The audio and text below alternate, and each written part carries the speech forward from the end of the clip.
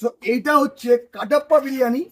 বিরিয়ানি বিক্রি করতে করতে লোকটা কিন্তু ব্যাপক ফানি। অনেকে আছে না গোলাপ জল ছিটাই, আমি হচ্ছে গোলাপ জল ছিটানোর পরে মশলাটা জানি। চাই আচ্ছা, এই যে আমরা প্রত্যেকটা দোকানে দেখছি বিভিন্ন ব্র্যান্ডের ঘি তারা উপরে দিচ্ছে, যে ব্র্যান্ডের ঘি দিচ্ছে, মানে কি ঘি ইউজ করো তুমি? আমি তার হাতে বানানো ঘি কোম্পানি, ঠিক আছে, কোম্পানির নামও আমি জানি না, জিজ্ঞেস করি না, তাকে আমি চিনি, সে আমাকে চেনে, ঘি ভালো।